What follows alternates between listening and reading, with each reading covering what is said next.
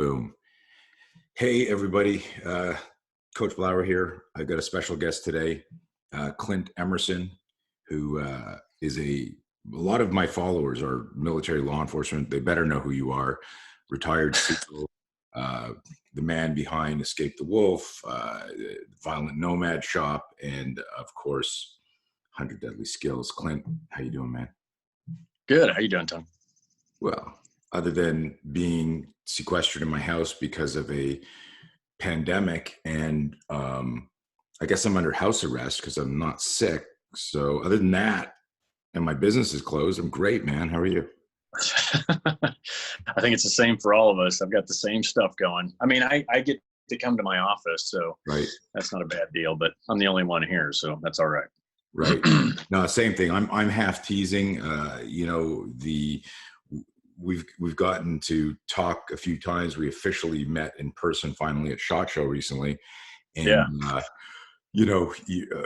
When we talked recently, everything's about the pivot now. The pivot, and I don't want to talk a little bit about that. I got a couple of questions. This series that I'm doing is these short talks with people that I look at online, and they haven't changed their output. They haven't. So one of the reasons why you're on here is like you didn't curl up in a little ball, right? In fact, in your book, 100 Deadly Skills, you have a chapter on the pandemic, right? I mean, it was on, correct. Yeah. right. So I need to know your alibi. Where were you? A couple of years ago when you wrote that, and what were you planning? Were you in China? But just kidding, obviously.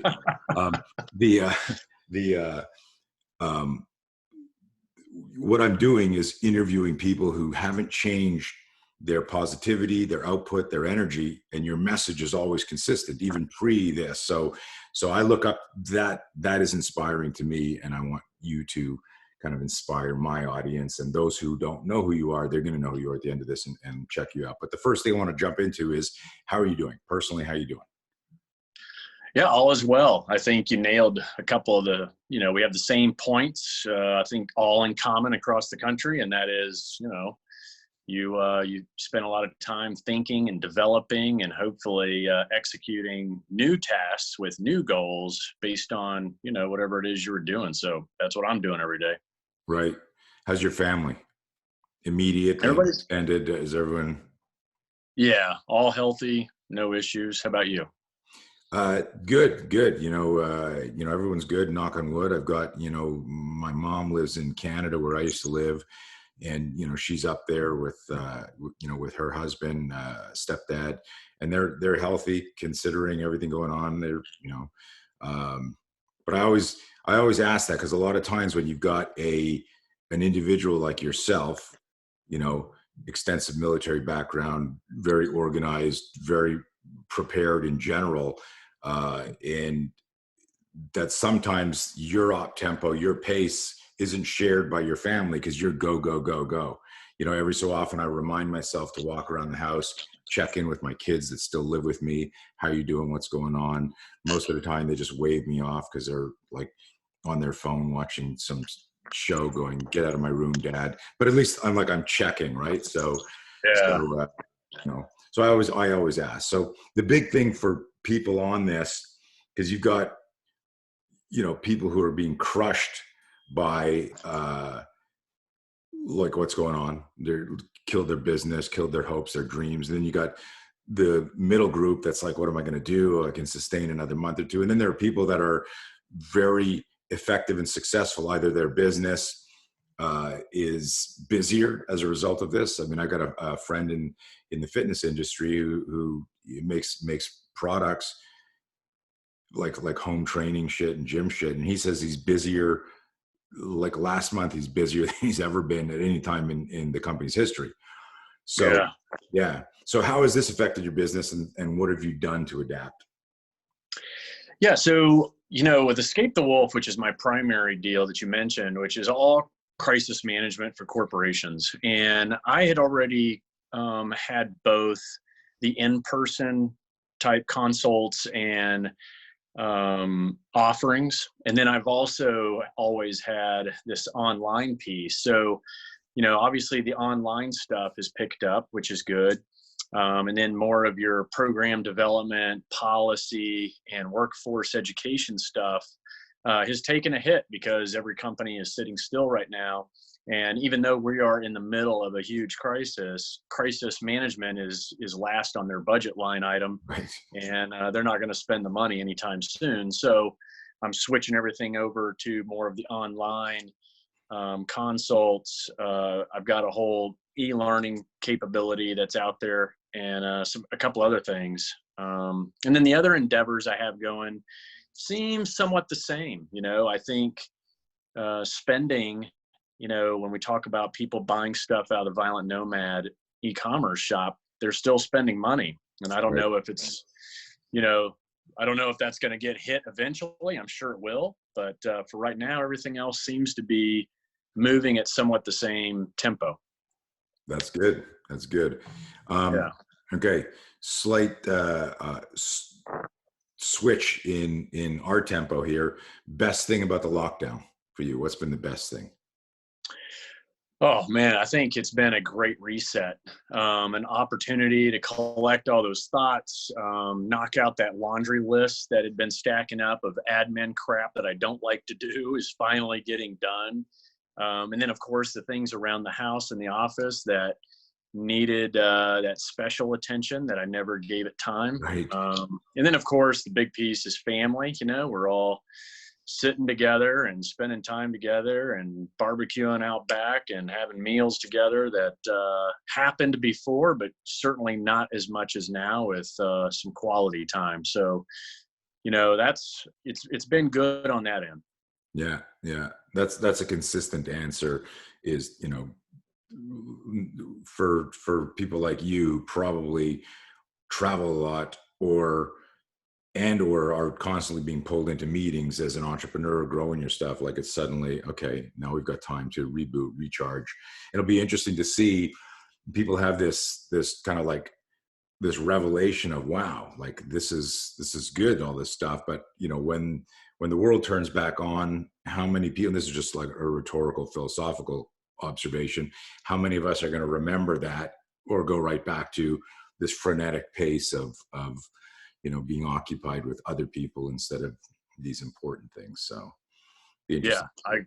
I agree. I mean, I think everyone's going to go full bore and Right. say goodbye to their families for about 3 months straight, probably. But Right. Well, yeah. I mean, some of us have to, and they'll understand. I mean, that's it's entrepreneurs. This is what we do to provide security for our family. So, Without a doubt. So worst thing about the lockdown.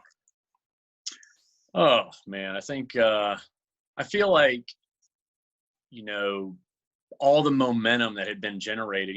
For me personally, I've been retired for 5 years after 20 years in the Navy, and it takes time to kind of build, right, and get everything moving and establishing yourself, and that came to a screeching halt. And the only thing that can maintain it is social media and times like this where we get to communicate and share our ideas and what we're thinking right now with different followings. And but yeah, I mean, having that momentum come to a complete halt like that can be discouraging. But it's all about redirecting and hopefully trying new things to see how you can kind of, one, keep it going, and then two, hopefully the things we figure out right now will just make the future even easier. Because as you know, it's how do you continue to remain relevant when the world comes to a stop? And I think that's the biggest challenge. Yeah, great answer, man. One of the things that I share all the time when I'm trying to do my best to motivate and inspire people is that, we need to solve problems, but nobody's going to solve a problem if they become the problem. And That's right. you become the problem by, going fetal emotionally, psychologically, having that what I like to refer to as emotional inertia. So inertia, body's inability to move. Emotional inertia is, okay, I'm fucked. Well, now you just sit down and you give up. And so, and that's why I like interviewing fighters and warriors, because that osmosis, that energy of like, we don't quit, you keep moving. And so those of you listening to this, whether you're an entrepreneur or whether you're, you work for somebody else or you're trying to figure out shit, you've got to stay in the fight. And I said this yesterday, and I think even when we were talking the other day, that in all my years of studying violence, there was this connection between who stayed in the fight and who didn't. And it wasn't whether they did jujitsu or Krav Maga. It wasn't whether they were male or female, or they had 10 years experience or 1 year experience. The people that managed their fear managed to stay in the fight. And because I've seen trained people tap early, quit, give up, hide behind shit. I'm sure you've seen shit where you go, I didn't think that guy was going to do that. I mean, I've had, anyways, I don't go down that road, but Yeah. and it's not a judgment. It's an idea for everybody here, that when I invite somebody like Clint on here, even though he may use different language, that's when you see somebody still responding to, it's like an immediate action drill, right? Under fire, it's like we can stay here and get shot, or we return fire. In this case, return fire is pivot, get busy, stay focused. How are you reinventing yourself for your business? So, yeah, I'm with you. And I think there's some takeaway with that, because, I tend to already what if and do the worst case scenario with everything in my life. And I think when you look at crisis management, if you really break it down to its basics, it's all about preparedness, mitigation, and recovery. And so if anything, right now, everyone should be going, all right, how can I be better prepared in all aspects of my life? When things go to hell, what is the mitigation for that? What are the things I can do so that it doesn't get worse? And then how do I get to recovery as quickly as possible? And that cycle of preparedness, mitigation, and recovery is pretty much how I cycle. So, when everything came to a screeching halt, I immediately was like, I've what if this 1,000 times, because right. as anybody who transitions out of the military and you try all these new things and take big steps of faith and hope, I hope this fucking works. You tend to go, well, if it doesn't, I'm going to do this, this, and this. Right. You're just constantly having your contingency plans and these, what I call these outs. Always know that out, right? And so when things get to that threshold that you deem irreversible, or this isn't going to work, then you're always looking for that out. And so if anything, right now, people should know that preparedness is a huge deal, along with mitigation. And then, of course, recovery is even a bigger deal. Good. Excellent formula. And that cycle actually applies to every aspect of your life. You could apply that to your physical health, your mental health, your business, your savings, right? It's just like, it's a global thing that actually like interconnects like a Lego block. You can plug that in anywhere. Completely. Yeah. I mean, whether it's how you be better prepared at home, whether it's how you mitigate something at work, or how are you going to recover, after maybe even a major accident or something in your life. But it's, you can relate that to just about anything in order to be better mentally and emotionally prepared when things do go bad. Yeah. I love it. I love it. So much information out there, changing all the time. Conspiracy theories, fake news, manipulation. This is one of my favorite questions, but where are you getting your info and how do you verify it? Well, on the business front, when it comes to this pandemic specifically, my guys, my infectious disease doctors and pandemic guys were the guys that were sitting at the White House. And so they're on my team. And so for this specific issue, they're the guys I really go to about the numbers and where is this going and how bad is it? And it's been that way for about 4 months. They saw it coming, in December, when the rest of us were kind of ignoring it or didn't think it existed, or it hadn't even been reported on yet. So I really do rely on them a lot. And then being in the crisis management world for other events, a close network of corporate security directors at all these different Fortune 500s are a great source of information. They're all communicating with one another. I'm on some of those mail lists, so I get to see and hear not just what's going on, but I get to learn because Sure. they're going through the motions of resolving all these problems on a daily basis. But yeah, I stay away. I try to stay away from the Fox or the CNN. If I do watch the news, I tend to watch the overseas BBC stuff. But at the end of the day, we all know who owns the BBC, right? Who owns, Sky News. So their messaging is going to vector towards whoever owns them. Right. And so you really just have to keep all that in check and always know who owns what. And that'll determine what side of the political game they're on.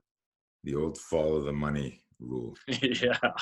So like everyone, I will get a lot of emails and messages if I don't ask you the question, is there anything that that we should know that isn't being told? In other words, like how close is what's going on in DC and being reported in the updates to what your immediate team who used to work, did they still work, or they used to work at the White House? They're now used to. Yeah, they were basically part of the team that when Trump came in, he closed down a pandemic office inside the White House, and these were the guys that were part of that team. Right. That didn't age well. Yeah. What are they? Is there anything you can share to our listeners? Like, hey, do this, get this, or just follow still. Like, what do you think about the whole thing in terms of, I look at it as like the virus is real, the danger is real. It's literally killing people. Some people aren't responding to it. But what's also real is the suicide, depression, mental health, violence, rioting, crime that's going to happen if the world economy collapses. And selfishly, if the USA's economy, this is not sustainable. So you're going to have, whatever the danger and risk is of the virus, and then you're going to add 10x that to millions of people who can't feed their families, and it's going to turn into The Walking Dead. We're just going to go out and get shit.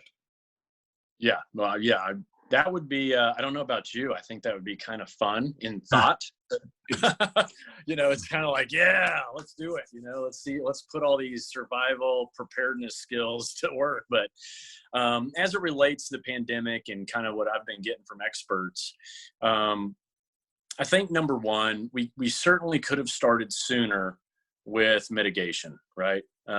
We knew it was coming. People were telling decision makers that it was coming, and there was a little bit in the media and even everywhere you looked where it just really didn't seem like a serious thing. And I think what's important to remember about this is it's not so much about the virus itself. It's a new virus without a doubt, right? And that is where the fear comes from, because it's 5 times more contagious than the Spanish flu, right? It took the Spanish flu a really long time to circle the globe, but it was lethal as fuck, right? So if you got it, you're probably going to die, especially back in 1918, right? Right.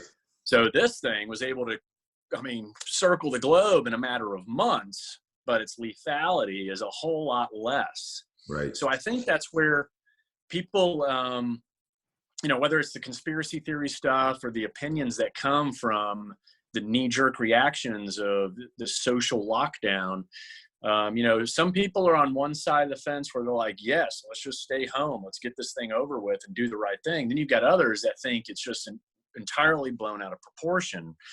And I think somewhere in the middle is obviously kind of where you want to be with this. As fast as it's spread with no vaccine, that's where the fear kind of came into place.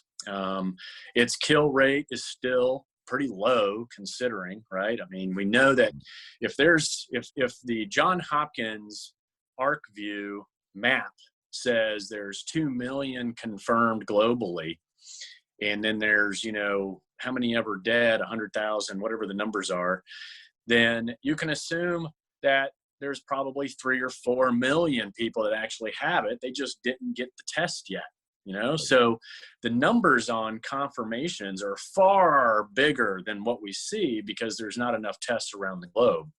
Right. And when you take that and you work that ratio with how many people have actually died from it, it really is small. So the people are like, hey, this is no different than the flu. You know, there is truth in that.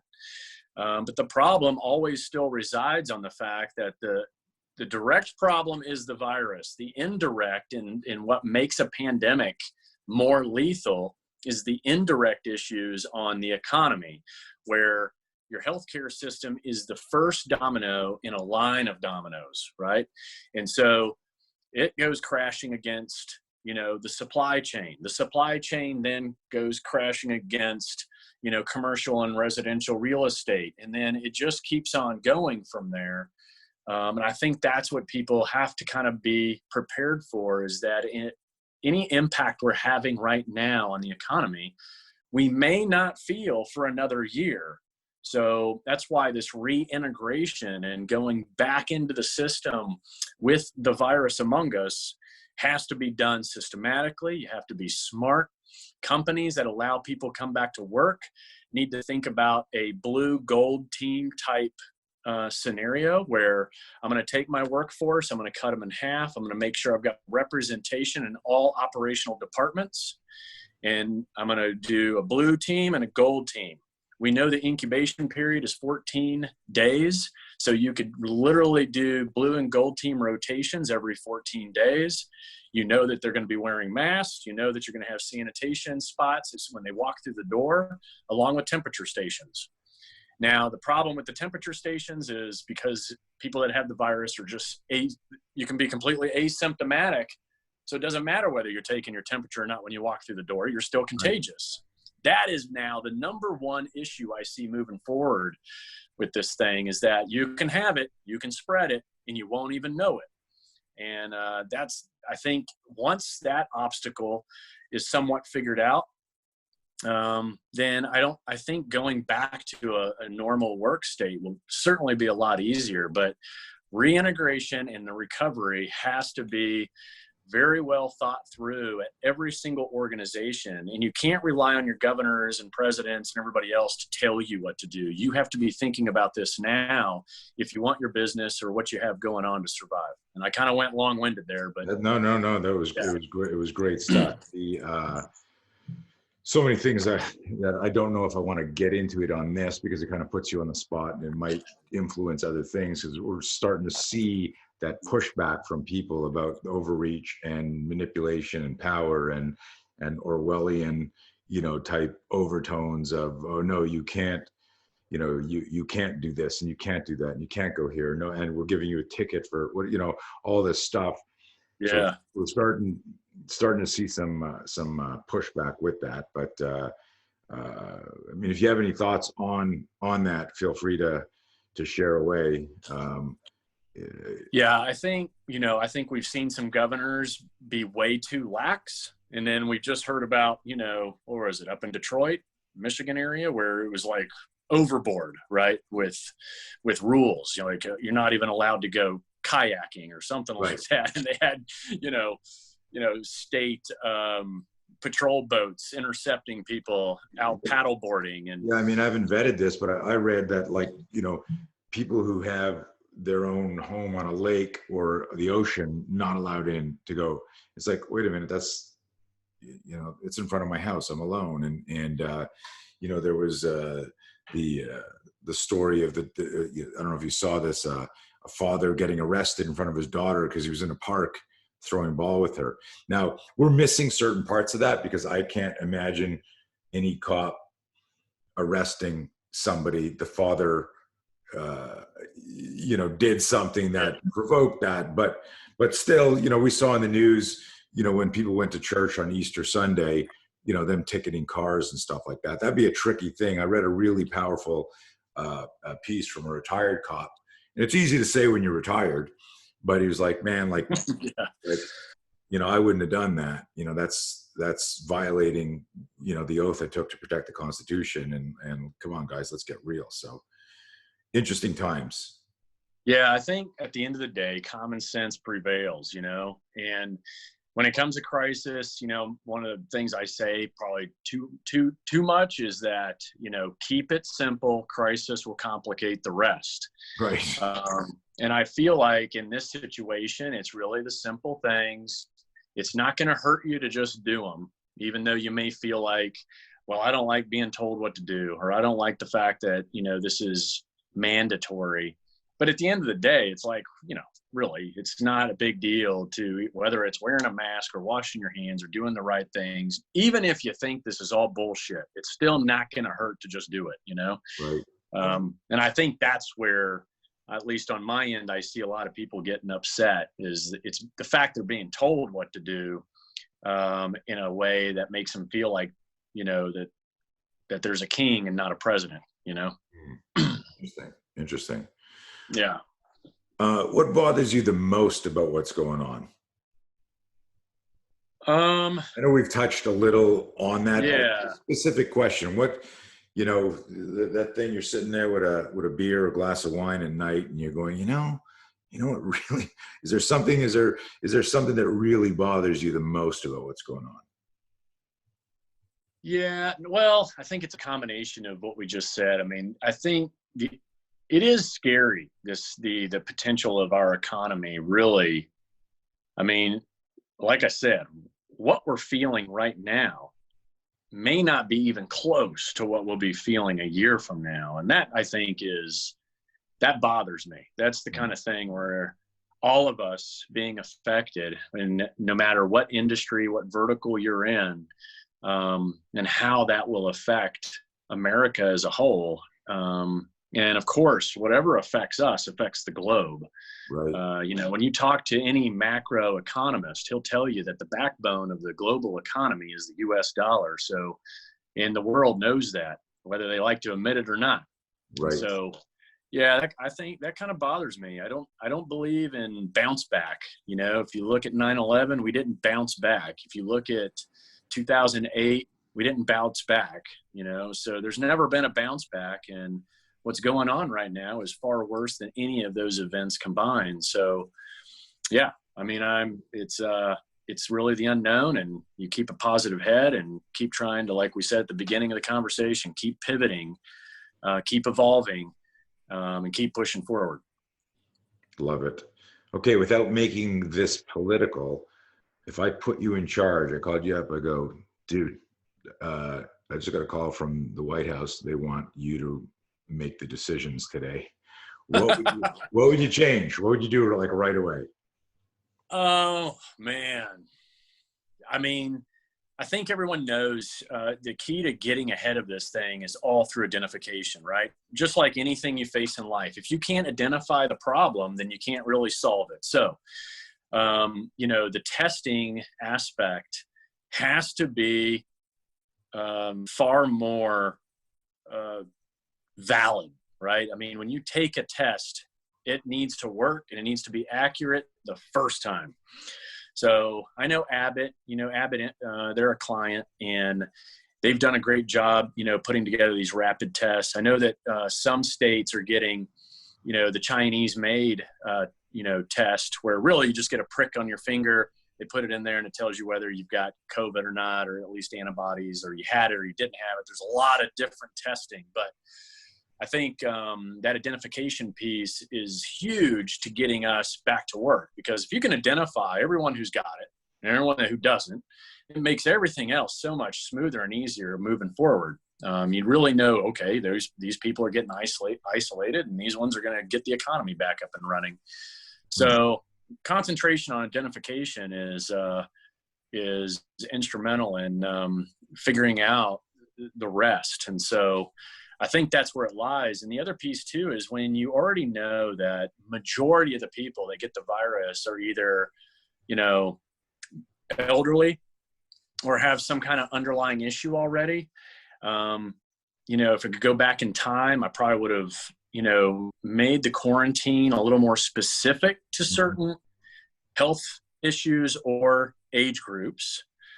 and see how that would have went. But, you know, the problem is it's a virus, you know, it can be anywhere it wants, and there's really no stopping that aspect of it, you know, and that's the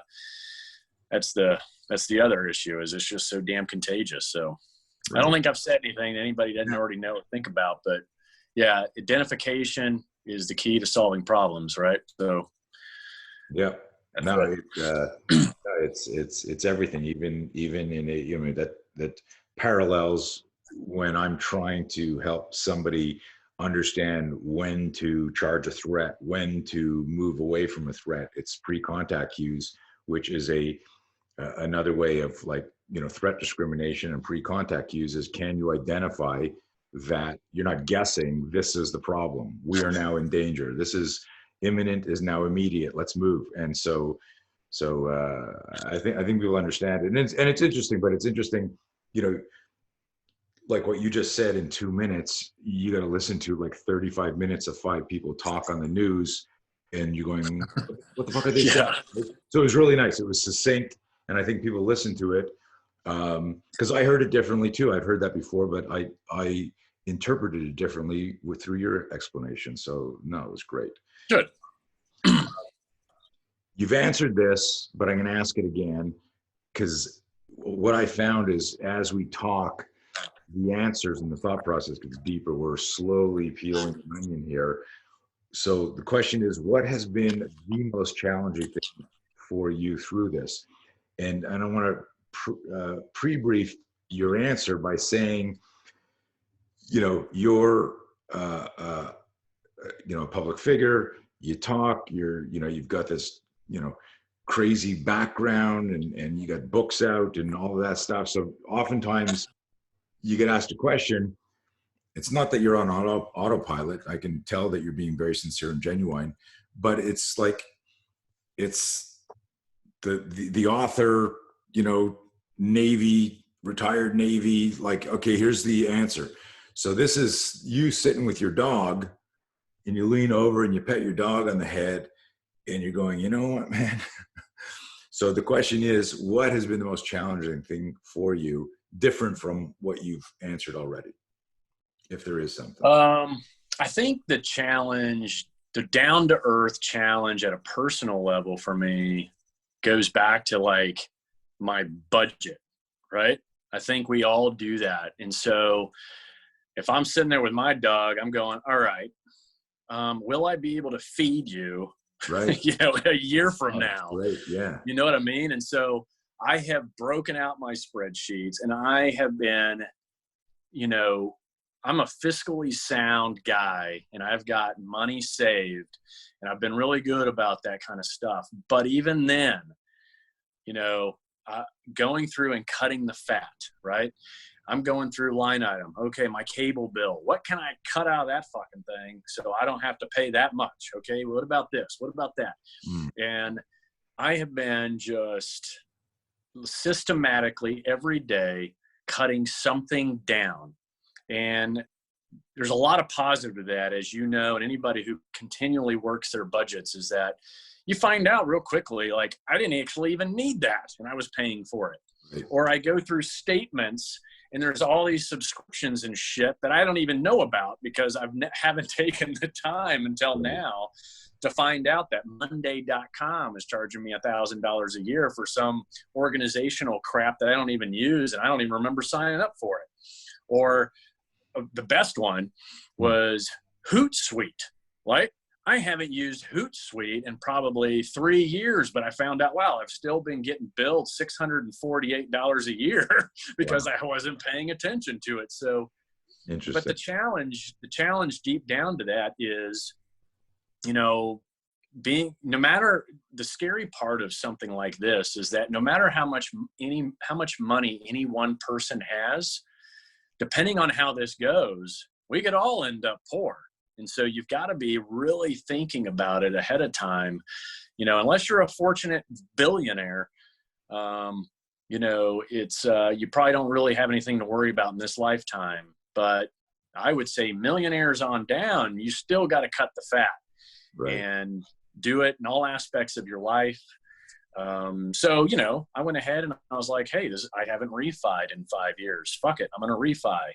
And not just on my home, I'm doing it on some of my other properties as well. And just, you know, but overarching that is the challenge of the future. And that's probably, you know, and as we know, that future, it can be governed by how much either money you have or debt you have. And right now you can kind of take control of that unknown future by regulating all of that and fixing what you can right now, just in case things go south later.